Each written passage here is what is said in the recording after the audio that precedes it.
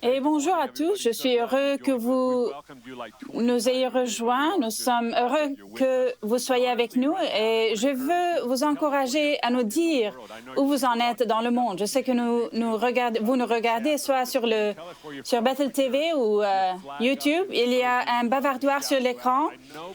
Mettez votre drapeau dans l'emoji, s'il vous plaît. Nous aimerons vous saluer. Je sais que le Brésil va écouter en ce moment. Je suis convaincue que vous nous regardez. Dites-nous d'où vous venez et dites-nous comment vous allez. Et beaucoup de nos pasteurs qui font partie de notre personnel sont actuellement sur les bavardoirs de Bethel.tv et YouTube. Je veux donc vous encourager à les chercher. Ils vont se connecter avec vous et prier avec vous. Si vous êtes là en ce moment et que vous traversez toujours des choses intéressantes, comme nous le faisons tous, et certains d'entre nous naviguent sur une échelle beaucoup plus intense aussi, si c'est vous, alors dites-le à quelqu'un sur le bavardoir et notre équipe aimerait entrer et en contact avec vous et prier pour vous. Vous savez, j'ai été très émue ces dernières semaines par notre église de Bethel ici à Reading, ainsi que notre communauté mondiale. Ce qui se passe en ce moment est assez fou à l'échelle mondiale, mais ce qui se passe dans le corps de Christ, je suis profondément encouragée et émue par la façon dont l'Église prend soin d'elle-même. C'est profond pour moi. C'est vraiment l'Église. Ce ne sont pas seulement les dirigeants qui prennent soin des gens, mais les gens qui prennent soin des gens. Je crois que c'est juste instinctif maintenant. Ce n'est pas forcé. Les gens le font de leur propre gré. Je suis profondément encouragée. Avant que nous ouvrions la parole ce matin, je veux remercier les vrais héros du monde en ce moment. Ils sont dans le feu de l'action en ce moment. Ils portent des blouses, des gants, des masques. Ce sont les médecins et les infirmières, les infirmiers, les travailleurs d'urgence, les ambulanciers et les travailleurs hospitaliers. J'aimerais que nous puissions maintenant, la planète entière, faire une ovation debout juste pour dire merci. Nous croyons en vous, nous prions pour vous. Nous ne pouvons pas exprimer à quel point nous apprécions votre travail acharné et vos heures interminables. Je suis tombée sur cette lettre la semaine dernière que je veux vous lire. Elle a été écrite au rédacteur en chef du New York Times. C'est en ce qui concerne les travailleurs hospitaliers. Elle se lève à 5h15 du matin, arrive dans l'unité COVID-19 à 7h15. Elle reçoit les informations de transfert de l'équipe de nuit. Elle se lave, enfile la robe jaune, les couvre-chaussures, le couvre-cheveux, le masque N95, les gants et la protection oculaire et entre dans la chambre à pression négative. Sa patiente désemparée tousse de façon incontrôlable. Elle administre un traitement respiratoire avec du Tylenol et des fluides, vérifie sa saturation en oxygène, lui délivre un message de sa famille et la réassure sur son rétablissement. Elle part et répète le processus avec son prochain patient. Elle fait cela pendant 12 heures. Elle rentre chez elle et elle désinfecte avant de saluer sa famille, de dîner et d'aller se coucher.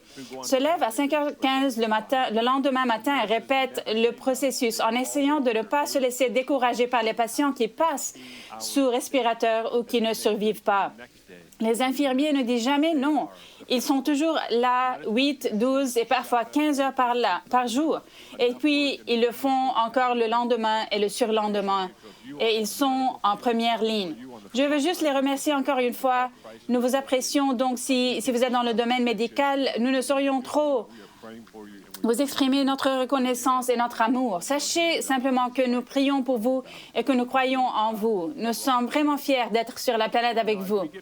Je vais juste commencer par dire que nous sommes nés pour un moment comme celui-ci. C'est le moment que personne n'a jamais demandé et que personne ne prie jamais pour venir. Mais il est devant nous. Le voilà. Nous sommes nés pour ce moment. Je crois que parce que nous suivons Jésus, cela nous permet en fait non seulement de le traverser, ce moment, mais d'être porteur d'espoir, de vie et de solutions. Quand nous regardons Jésus, nous regardons sa vie. Quand il a marché sur la terre, il était dans des situations intéressantes. Il a toujours trouvé un moyen de faire entrer le ciel dans un moment. Je crois que nous sommes nés pour une circonstance telle que celle-ci. C'est intéressant de prêcher devant une caméra et de ne pas avoir de foule. J'ai trouvé une application cette semaine. J'étais vraiment tentée de l'ouvrir aujourd'hui, mais j'ai décidé de ne pas le faire. Et c'est une application qui est dotée d'un bouton sur lequel on appuie et un tas de « Amen » en sortent. Peut-être que j'apporterai la prochaine fois. Aujourd'hui, je veux vous parler du moment où nous sommes. Je veux parler de ce qui est devant nous, de la route qui nous attend. Et c'est toujours une occasion de voir de quoi nous sommes faits.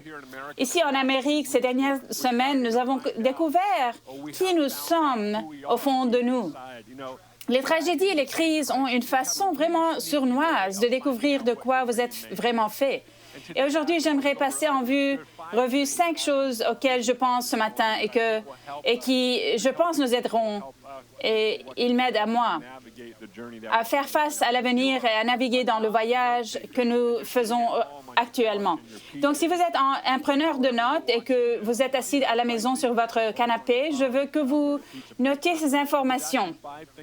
Il y a en fait 5 points que nous allons examiner ce matin. Le premier est celui-ci. À quoi nous accrochons-nous? À quoi nous accrochons-nous? Vous savez, nous allons découvrir en cette saison ce à quoi nous nous accrochons, si c'est Dieu ou c'est non. Ou non. Je pense que ce qui est fascinant pour moi, au moins en ce moment, c'est que peut-être certaines des choses auxquelles je me suis accrochée et que je pensais provenir de Dieu sont en fait en train de trembler et de s'effondrer. Nous savons que Dieu est inébranlable, il est indéfectible et il ne disparaît pas. Il est là, il est le même hier, aujourd'hui et pour l'éternité. Je commence à reconnaître qu'il y a des choses auxquelles j'avais en fait relié mon espoir et ma croyance, ma foi, et je me suis dit, oh, c'est en fait quelque chose que le monde a à offrir. Ce n'est pas toujours une chose négative, mais je me rends compte qu'en cette saison, je découvre qui est vraiment Dieu à un niveau beaucoup plus profond et qui il est pour moi. Alors, cette saison, nous allons découvrir ce à quoi nous accrochons vraiment. Vous savez, il y a des gens en ce moment qui, honnêtement, leur vie n'a pas beaucoup changé. Je sais que même ici à Reading, nous sommes en quelque sorte en quarantaine, mais c'est très différent de mon ami à New York ou dans d'autres grandes villes du monde qui sont complètement confinées, ne peuvent pas quitter leur appartement. Dans certains endroits, les gens se font arrêter.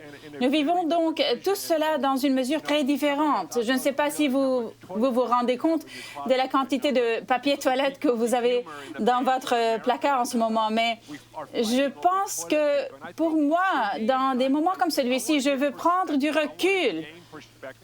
Parce que je pense que parfois, nous pouvons entrer dans cette vision myope de ce qu'est vraiment la lutte. Et je pense que pour moi, nous devons nous rappeler qu'il y a des gens où c'est leur vie normale tout le temps. Je pense aux réfugiés, je pense aux gens qui vivent dans les zones de guerre. Je pense que l'Église persécutée a une expérience très, très directe de la souffrance. Et je pense que pour certains d'entre nous, vous ne ressentez pas vraiment la pression de cette crise sanitaire. Je veux vous mettre au défi, ne perdez pas de vue de ce qu'est vraiment une lutte, en disant genre, oh mon Dieu, je dois rester à la maison. Je pense qu'il faut garder la tête au-dessus des nuages en cette saison. Je pense qu'à l'Ouest, dans l'Église occidentale, on peut en quelque sorte s'y mettre.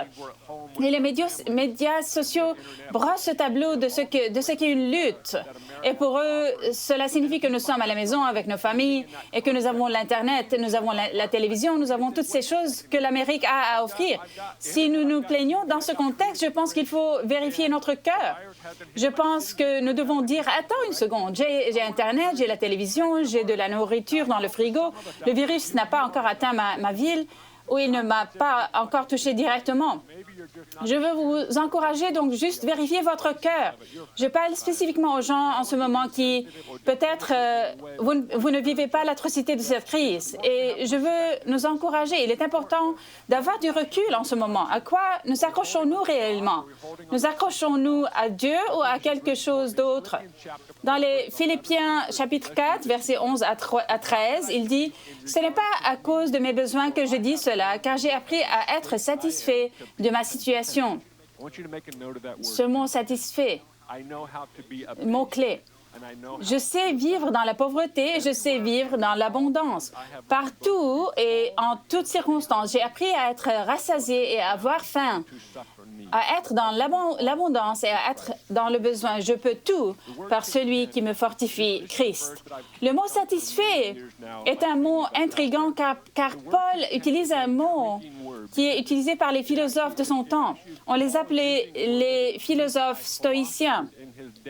C'est un mot qu'ils ont utilisé eux-mêmes. Et Paul, d'une certaine manière, l'a pris, ce mot, et l'a redéfini. Le contexte dans lequel les philosophes stoïciens de l'époque de Paul l'utilisaient, le contexte qu'ils l'utilisaient, était qu'ils étaient connus pour être autosuffisants. Ils n'avaient besoin de rien pour se sentir stable, sûr ou satisfait. Maintenant, Paul prend cela et il dit, en fait, c'est ainsi que nous pouvons utiliser le mot satisfait. Il le relie, en fait, à Jésus-Christ. Paul dit, je suis satisfait en Jésus. Ce qui est intriguant dans tout cela, surtout pour les chrétiens, je pense que parfois, lorsque nous entendons le mot satisfait et que nous le relions à Jésus, certains d'entre nous pensent, en fait, à ce que Jésus a fait au passé, à ce qu'il a fait, et à ce qu'il fait maintenant et à ce qu'il est sur le point de faire. Je pense que Paul nous amène plus loin dans le mot satisfait. Il dit que peu importe ce que Jésus a fait actuellement et peut faire dans le futur, c'est en fait le fait que Jésus existe. Je ne sais pas pour vous, mais pour moi, je me souviens d'avoir lu cette version et je me rappelle m'être dit, je donne le reste de ma vie pour comprendre ce que signifie être satisfait de la vérité que Jésus existe. Maintenant, nous savons qu'il fait maintenant et qu'il est sur le point d'en faire des choses. Et c'est merveilleux et nous devrions nous y attendre, car ce sont les promesses du ciel. Mais à part cela, je veux que nous réalisions que nous avons la capacité ou l'accès ou la possibilité d'être satisfaits du simple fait que Jésus est vivant et qu'il existe. C'est dans ce lieu de contentement que nous pouvons tout par celui qui nous fortifie, Christ.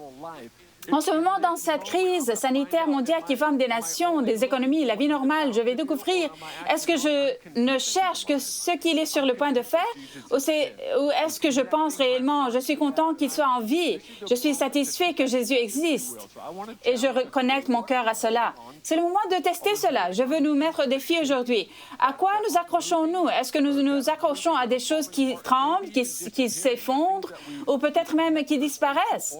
Ou bien est-ce qu'on s'accroche à Jésus en disant, « Mec, il est inébranlable, celui qui a pu dormir à chaque tempête, celui qui a des solutions pour chaque crise, tragédie et situation qu'il a rencontrée. » Le défi que je vous lance dès le premier point alors est le suivant. À qui vous accrochez-vous? Deuxième chose dont je veux parler, des moments comme celui-ci révèlent nos émotions et nos pensées. Maintenant, selon la partie de l'Église d'où vous venez, le flux, la dénomination ou la partie du monde même, nous traitons tous nos émotions et nos pensées de manière très différente. Une partie de cela a été enseignée par nos parents ou par notre éducation. Certains d'entre nous évitent l'émotion. Et dans certains flux de l'Église, les émotions sont dévalorisées. On leur donne presque la dernière place sur la liste. Ils sont du genre, « ne faites pas attention à vos émotions et juste restez positifs. » Nous avons tous des expériences différentes en matière d'émotions. Je vais donc prendre un moment pour souligner ce point, car au cours des dernières semaines et dans certains pays, depuis plusieurs mois, un grand nombre d'émotions sont remontées à la surface. Une quantité massive de pensées tourbillonnent dans la tête. Et l'une des choses que nous ne pouvons pas faire, c'est de les ignorer. Bien sûr, nous ne les laissons pas guider notre vie ou dicter comment nous nous sentons ou comment nous vivons notre journée ou prenons des décisions, mais de reconnaître que, mec, je ressens de la peur ou de l'anxiété ou du stress. Et je veux vous encourager en ce moment même, ne les ignorez pas. Il suffit de reconnaître, de dire, je suis en fait effrayé ou stressé où je suis en fait rempli d'anxiété, j'ai perdu mon emploi, ou encore un membre de ma famille est atteint de ce virus et je suis inquiet. Je veux dire, il y a tellement de choses qui se passent en ce moment. Les ignorer n'est pas un bon plan parce que un jour nous devrons y faire face et y retourner pour régler ce problème. Je veux donc vous encourager. En ce moment, n'ignorez pas vos émotions et n'ignorez pas vos pensées. Alors, que faisons-nous de ces émotions qui semblent être les plus fortes dans nos vies en ce moment? Certains d'entre vous se disent, « Mais tout ce que j'entends, c'est la peur ou le stress ou toutes ces choses. » C'est un moment extraordinaire, je vous assure.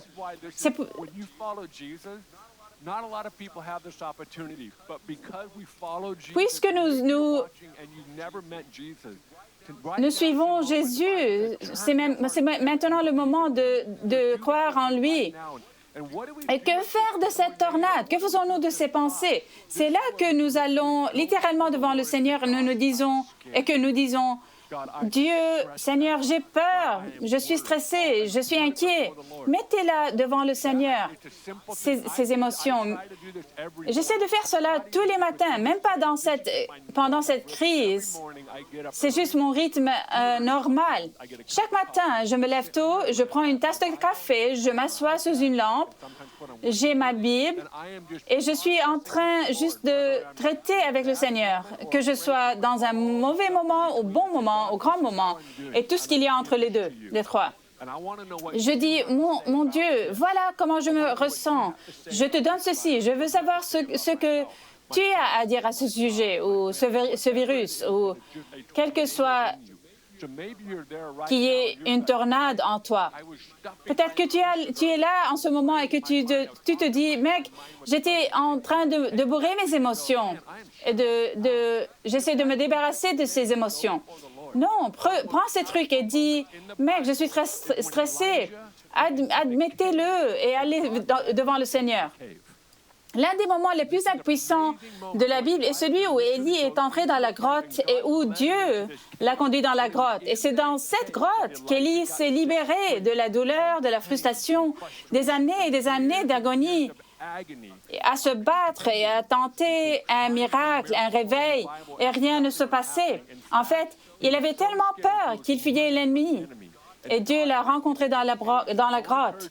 Il existe différents types de grottes dans ce monde. Certains d'entre ces grottes sont Netflix, ou Disney+, ou l'alcool, ou des médias sociaux. Et ces choses ne sont pas nécessairement toutes mauvaises, mais la clé est la suivante. Est-ce que je cours vers ces types de grottes pour essayer de résoudre une émotion ou une pensée qui me préoccupe?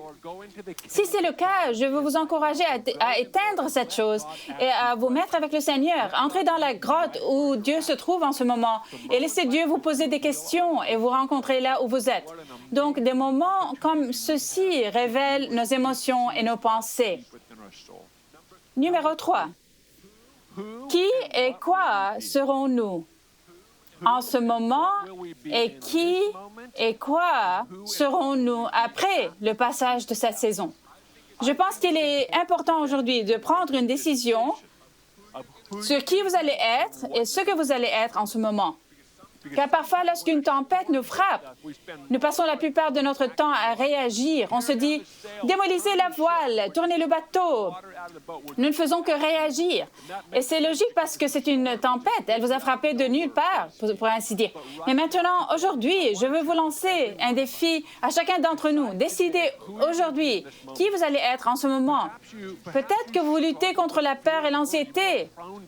Alors, faites en sorte que cette saison ne nourrisse pas ce monstre. Et si regardez les médias, les nouvelles, les films nourrissent ce monstre, alors faites une pause et dites, je ne veux pas être quelqu'un qui a plus de peur ou plus d'inquiétude dans ma vie à la fin de cette saison.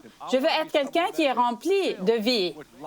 Prenez donc une décision et dites, pas maintenant, pas en cette saison. Je ne serai pas quelqu'un qui cède à la peur et à l'inquiétude. Peut-être avez-vous des difficultés relationnelles avant le début de cette saison. Peut-être que les relations sont vraiment difficiles pour vous. Et vous vous dire, je suis introverti ou je suis socialement maladroit ou je suis de ce type ou de ce type. Et je comprends tout cela. Mais peut-être que vous êtes à cet endroit où vous vous battez sur le plan relationnel et maintenant, nous sommes isolés dans nos maisons et coupés des gens. Au lieu d'aggraver la situation ou d'accélérer l'isolement et les relations que vous avez du mal à établir, faites-vous un objectif quotidien d'envoyer des SMS ou d'appeler ou de se connecter avec quelqu'un. Sortez de votre zone de confort et dites, je ne laisserai pas cette saison me déconnecter encore plus. J'imagine que vous pourriez profiter de cette saison pour vous connecter encore plus. Je veux vous dire maintenant, faites tout ce qu'il faut pour vous connecter davantage aux gens. Il suffit de les appeler, de leur dire, hey, avez-vous 5 minutes, je veux juste parler ou envoyer un SMS à quelqu'un. Peut-être que votre chômage est votre réalité. Je sais qu'il y a des gens partout dans notre pays et dans le monde qui viennent de perdre leur emploi. Et je suis de tout cœur avec vous. Je prie pour les solutions de notre gouvernement, les solutions de la communauté dans laquelle vous êtes, que ce ne soit pas une saison de recul, mais que ce soit en fait une saison de progrès. En ce moment, vous êtes dans le couloir entre deux chambres et vous vous dites, je ne sais pas où je suis censé aller. C'est le pire moment pour moi de perdre mon emploi. Je veux juste donc prier pour vous. Bientôt. Je veux juste vous encourager, explorer la créativité et l'innovation et demander à Dieu, est-ce le moment pour moi de rêver à nouveau, d'entrer dans ce que j'ai toujours voulu faire, mais que je n'ai jamais eu l'occasion de faire? Je prie que le Seigneur pourvoir à vos besoins pendant ce temps, alors que vous commencez à stimuler votre créativité et innovation. Déterminez aujourd'hui qui vous allez être et ce que vous allez être maintenant et qui vous voulez être et ce que vous allez être après cette saison. Encore une chose sur ce troisième point. L'une des histoires les plus célèbres de la Bible est celle de David et Goliath. Nous aimons tous cette histoire. Il y a ce moment où David est littéralement un adolescent et il va livrer du fromage et du pain à ses frères qui se battent contre les Philistins. Et il se présente sur ce champ de bataille et il entre dans une scène à laquelle il ne s'attendait pas. Je ne pense pas qu'il se soit réveillé ce matin-là en pensant que c'est ce qui allait arriver. Il entre dans cette scène et tout à coup, il voit la nation d'Israël et les Philistins et ils sont au point mort. Les jours et les semaines ont passé. La façon dont la bataille a été fixée était d'envoyer un homme de chaque camp et les deux se battront, un de chaque côté, et celui qui gagne, son armée gagne. Et David entre dans ce moment et remarque que la nation d'Israël n'envoie personne pour rencontrer l'autre type qui s'appelle Goliath, un géant énorme. J'essaie d'imaginer ce garçon de 12, 13, 14 ans qui n'arrive pas à saisir le concept. Il est du genre, pourquoi aucun homme adulte ne défie ce type? Et de la bouche de David sont sortis ces mots, cet homme défie notre Dieu. Je ne laisserai pas cela se produire sous ma surveillance. Et ensuite, il prend un lance-pierre, 5 pierres, et il finit par tuer Goliath. Mais j'ai le sentiment que David ne s'est pas réveillé ce matin-là en pensant, mais aujourd'hui c'est le jour de Goliath, où je vais avoir la plus grande opportunité de ma vie en ce moment. Non, David s'est levé ce matin-là, comme tout jeune garçon. Il était impatient de voir ses frères et de leur donner du pain et du fromage. Et à ce moment, il a vu une opportunité. Je veux nous défier alors. Nous ne voulions pas que cela arrive, ce virus. Beaucoup d'entre nous ont été choqués lorsque ce virus a explosé dans le monde entier. Personne n'est là à se dire « c'est vraiment génial ». Mais voici le point. David ne savait pas que Goliath allait se produire, mais il s'est présenté. Et David s'est levé et a dit, « Pas sous ma surveillance. Je ne laisserai pas Goliath déterminer la façon dont je vis ma vie. » Et j'ai l'impression que Goliath et ce virus sont copains en ce moment. Je nous le dis tout de suite pour la famille de Bethel, pour l'Église mondiale, pour le corps du Christ. Regardez cette chose et dites, pas sous ma surveillance. Nous ne voulions pas de toi. Nous ne t'avons pas demandé. Tu nous as choqués, nous avons été surpris, mais aujourd'hui, pas sous ma surveillance. Chassons cette chose et décidez aujourd'hui qui vous allez être et ce que vous allez devenir. Prenez cette décision dès maintenant. Numéro 4. J'espère que vous écrivez tout cela. Si tout cela vous paraît logique, criez « Amen », même si je ne peux pas vous entendre. Numéro 4. Cela nous unira-t-il ou nous divisera-t-il? Il y a quelques années, ici, dans le comté de Shasta, nous avons eu une année où nous avons eu d'horribles incendies de forêt. Et rien qu'à Reading, nous avons perdu 1200 maisons dans la partie ouest de la ville. Et honnêtement, le feu était horrible. Et vous savez, la population de Reading est 90 000 personnes. Nous avons fait évacuer plus de 40 000 personnes. Tout a été fermé. Ce fut l'une des pires expériences de notre vie. Le traumatisme associé à cela, comme la culpabilité du survivant et les personnes qui ont perdu leur maison. C'était juste une situation traumatisante ici à Reading et le comté de Shasta. Et je me souviens, un pompier d'une autre ville qui avait aidé à combattre l'incendie ici a écrit une lettre à notre journal local. L'essentiel de l'article disait, il a écrit « Reading, merci pour le soutien que vous nous avez apporté, nous les pompiers. » Ce pompier en particulier a fait un commentaire qui m'a vraiment marqué. Il a dit « J'ai combattu les incendies d'Oakland. » J'ai oublié exactement quand il était, mais à Oakland, en Californie, il y a eu des incendies assez douloureux aussi. Il a dit « J'ai combattu ces feux et d'autres feux aussi, et j'ai vu des incendies qui ont touché des villes qui soit les divisent, soit les unissent. » Et je me souviens que lorsque l'incendie du Carr s'est produit à Reading, il n'a pas divisé notre ville. C'est comme si toute la région disait « Cela ne nous divisera pas, cela va en fait nous unir. » Et je peux vous dire dès maintenant que Reading est une ville plus forte. Pas seulement Bethel, je parle de la ville de Reading. Nos chefs de gouvernement de ville et les entreprises et les différentes personnes impliquées dans notre ville ont consciemment dit « Cela va nous unir, cela ne nous divisera pas. » J'ai l'impression qu'en ce moment, nous avons une opportunité mondiale. Ce virus frappe nation après nation après nation. Elle touche tous les aspects de la vie. Et je veux que nous prenions une décision aujourd'hui. Je parle à tous ceux qui écoutent en ce moment. Cela ne nous divisera pas. Cela ne me divisera pas de ma propre famille. Je ne vais pas laisser la division s'installer entre moi et ma ville, moi et mes dirigeants ou nos chefs de gouvernement. Je vais laisser en fait nous unir. Maintenant, nous pouvons avoir des différences. Je sais que certains d'entre nous ont du mal avec ce que notre leadership partage maintenant. Mettez tout cela de côté dès maintenant. Ce n'est pas le moment de chercher des raisons de semer la division. Le moment est venu de trouver un terrain d'entente et de s'unir autour de cela. C'est la question que nous devons nous poser dans notre monde personnel et communauté mondiale aussi. Nous ne pouvons pas laisser cela nous diviser, mais de nous unir. Le monde sera meilleur tout simplement parce que nous aurons choisi qu'elle nous réunisse et non qu'elle nous divise. C'est une bonne parole. Vous savez, l'état d'esprit, nous et eux, a une réelle opportunité de revenir dans nos vies. Et je veux nous encourager dès maintenant. Je sais que c'est une conversation délicate et je ne sais pas si je peux l'exprimer correctement, mais je voulais le partager. Il y a des choses qui sont dites sur les médias sociaux maintenant sur les médias et les différentes formes d'information qui ont le potentiel, si nous n'en sommes pas conscients, de nous diviser de pays en pays. Il est important de ne pas laisser cette saison apporter un esprit de nous et eux.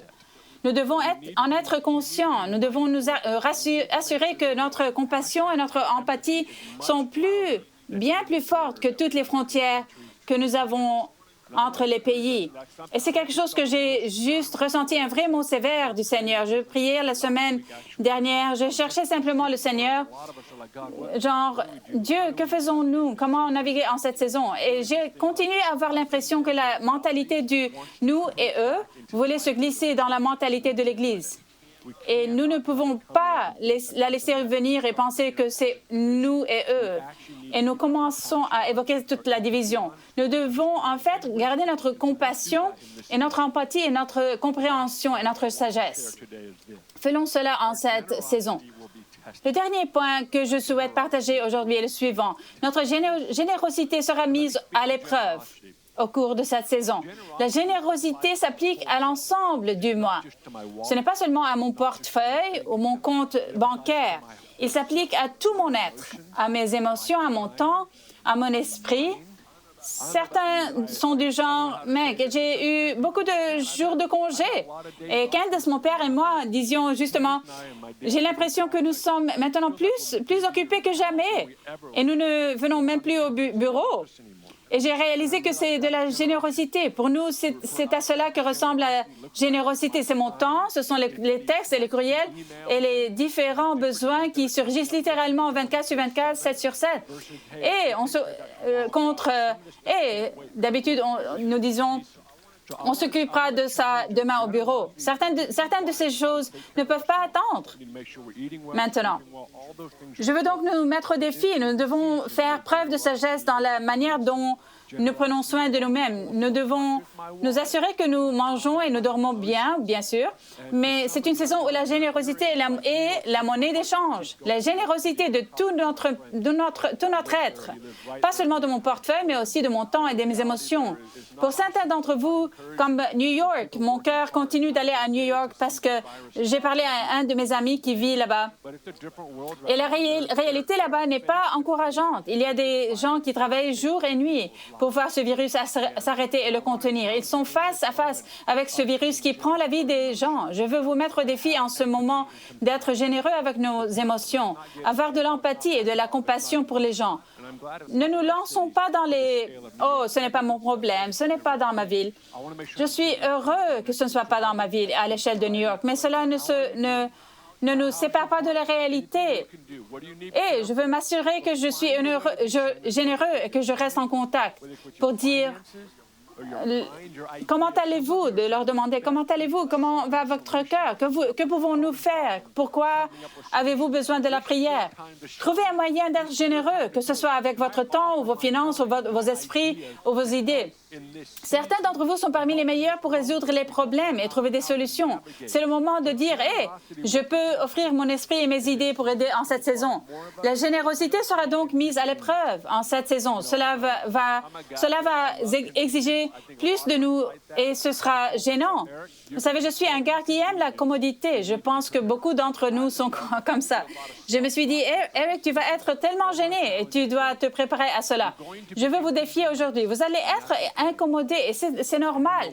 Et à l'Ouest, nous détestons être dérangés. Eh bien, c'est la saison où nous devons apprendre à mettre cela sur l'autel et à dire, je veux être une personne généreuse avec mes finances, avec mon temps, avec mes émotions et avec mon esprit. Chaque partie de moi. Ce que je vais faire maintenant, c'est prendre du temps à prier pour les gens. J'ai eu le sentiment qu'il y a des gens qui souffrent de douleurs de poitrine dues à l'anxiété et au stress. J'ai l'impression que le Seigneur va faire une percée aujourd'hui, alors que vous lui apportez votre douleur, vos soucis, vos inquiétudes, votre stress, votre anxiété. Je sens que le Seigneur va vous rencontrer en ce moment. Si vous regardez en ce moment et que vous faites face à un stress et une anxiété qui vous font peur, je comprends, j'ai vécu cette expérience. Je veux que vous preniez votre main et que vous la posiez sur la poitrine. Et si vous n'êtes pas tout seul, si vous êtes avec un membre de votre de votre famille ou avec un ami, et si cela est approprié, faites-lui mettre la main sur vous. La Bible parle de poser les mains. Et dites simplement, Dieu, maintenant, nous t'invitons à apporter la paix du ciel sur eux maintenant. Nous disons à l'anxiété, à la peur, au stress, à l'inquiétude de littéralement s'envoler en ce moment. Nous demandons que la paix occupe l'espace que la peur occupait actuellement. Que la paix du ciel se manifeste dès maintenant dans leur voiture, dans leur salon, leur maison, au nom de Jésus. Si vous êtes là en ce moment et que vous écoutez, et si vous avez réellement le virus ou des symptômes qui sont liés à ce virus, je veux prier pour vous en ce moment. Vous savez, nous avons entendu de merveilleux témoignages de percées. Déjà, nous prions avec des gens du monde entier. Si vous avez des symptômes ou si vous êtes malade en ce moment et que vous avez même peut-être le diagnostic du coronavirus, en ce moment, au nom de Jésus, nous demandons que le pouvoir de guérison de Jésus soit libéré où que vous soyez. Nous déclarons que votre corps soit complètement guéri. Le virus serait extrait de votre système immunitaire. Nous parlons à votre corps pour qu'il se retourne au nom de Jésus, physiquement, émotionnellement et dans chaque partie de votre vie, au nom de Jésus. Je veux aussi prier pour les personnes qui ont perdu leur emploi. Je veux prier pour une provision folle. Nous devons avoir confiance en Dieu en cette saison. Nous devons le faire. Je veux dire, Dieu peut multiplier la nourriture, il peut la créer, il peut faire quelque chose à partir de rien. Ce ne sont pas seulement des histoires de la Bible. Elles étaient censées être des témoignages, ce qui signifie qu'il faut qu'elles se reproduisent aujourd'hui. Je prie en ce moment pour les personnes qui ont perdu leur emploi ou qui sont dans des situations difficiles. Dans des situations vraiment difficiles. Père, que nous te demandons de leur apporter de la nourriture, que la nourriture apparaisse dans leur frigo. Mon Dieu, nous demandons qu'un emploi se présente ou qu'on leur donne des finances. En attendant, je prie pour la créativité et l'innovation atteignent des sommets, les rêves qu'ils ont toujours voulu en faire en ligne, que ce serait le moment d'aller dans cette direction. Je prie pour les mariages qui sont actuellement soumis à un stress énorme, que leur maison serait la plus paisible du quartier, que les mariages soient complètement renforcés, que nous prions pour la force, pour le courage. Je prie pour chaque croyant qui écoute en ce moment. Peu importe où vous êtes dans votre marche avec le Seigneur, que vous réalisiez que vous êtes né pour ce moment. Nous ne voulions pas de ce Goliath devant nous, mais Goliath est à notre porte. Vous et moi prendrons aujourd'hui la décision de ne pas reculer devant ce Goliath. Nous allons être comme David pour déterminer notre avenir et reconnaître que ce que nous faisons en ce moment crée demain et que nos enfants et petits-enfants raconteront les histoires de ce que vous et moi avons fait aujourd'hui.